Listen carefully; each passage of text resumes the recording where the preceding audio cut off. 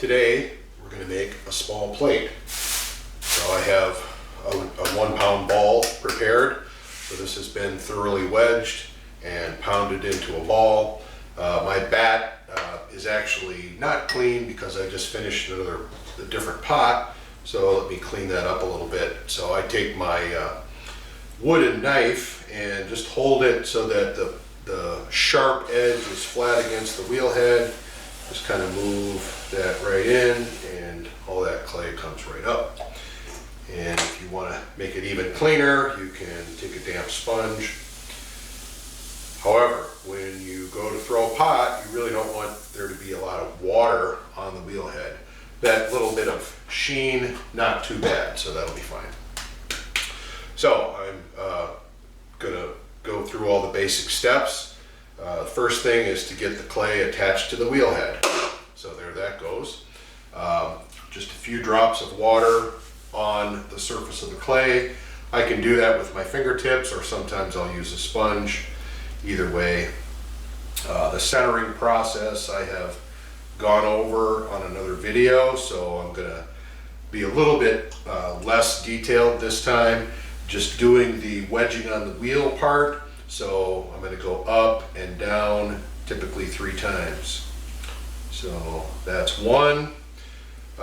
Make sure there's enough water on the surface that when you try to grab the clay, it doesn't stick. So just a couple drops. We're going to go for a second time, pushing that up into a nice tall cone. Then the heel of my thumb comes at a 45-degree angle right at the top and pushes that down into the base condition. That is 2 times. Usually I do this wedging operation 3 times. So we'll go a 3rd time, forming it up into a cone or a pyramid shape and then bringing it back down. Normally 3 times is sufficient, and so we get back to the base condition here, which is kind of like a baseball size, baseball shape. About twice as wide as it is tall. Now we're going to open our pot just the same as we've done in the past. So the first thing we want to do is find the center, make sure you've got a couple of drops of water on there. My thumb and my forefinger are just pressing down. If it starts to stick in the very least, just a couple more drops of water in there and you should be able to go right straight down. Now, if we were going to be making a tall cylinder shape, our next thing would be different. But at this step, all we're trying to do is go down to our base. And with this plate, I'm going to leave it just a little bit more than a 1/4 inch. Now, one thing I didn't say in the earlier video is if you're uncertain about how thick that is, if you can't really see that depth or you're not comfortable with that yet, just take your needle tool and press the needle tool right down through the bottom of the pot and until it touches the bat. Don't poke it in, just rest it there, and then use your finger to mark how deep that is. And I would say that's about a 1/2 inch.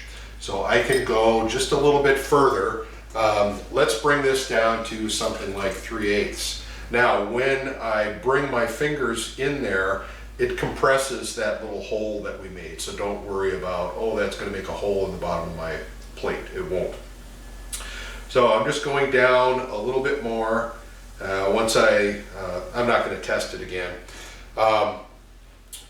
Even with this pot, you want to make sure that you keep the lip in good condition. So go ahead and compress that a little bit, thicken it up, straighten it out. Now, with a plate, that's very different from making a cylinder, okay? So what we're going to do, instead of trying to do an upward pull, we're just going to continue out like so. All right, now I said that the assignment was to make a 6-inch plate out of 1 pound. That is, wow, it's 6 inches and about 1/8. So that's fine, that's good. I'm gonna now take a rubber rib. You can use a lot of different things for this. You could use a wooden rib. Actually, let me use the wooden rib since we have those in the studio. So you can hold this a lot of different ways. This has a curved edge and a straight edge, and at the bottom it's pretty much right angles. So what you want to do is just start in the middle and compress that clay ever so slightly. You're not trying to push it down, you're just trying to make it nice and flat. Flatter than you can generally get with your fingertips. And sometimes when you do that, you get a little spiral on the inside. So it takes just kind of a gentle touch to press that down a little bit. And now that looks pretty good. We'll clean off our rib, put that back in the bowl.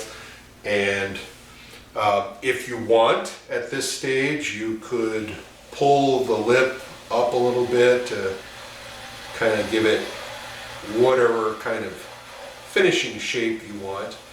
I'm really emphasizing that this is a plate by kind of having an arc over. It doesn't look like a bowl, it doesn't look like a cup, it's definitely a plate. So then just smooth up that lip.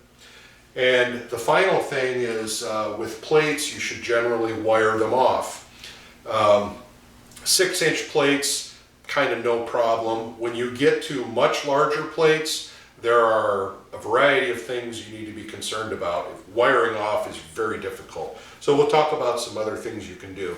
But we're going to wire this off dry, and that means I'm not adding, in fact, I'll even dry it up just a little bit before I do wire it off, to emphasize the fact that this is a dry wiring.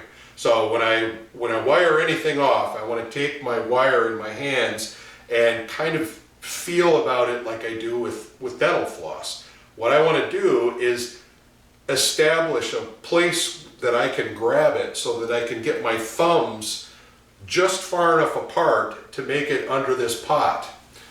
Hold it at just that angle so you can see.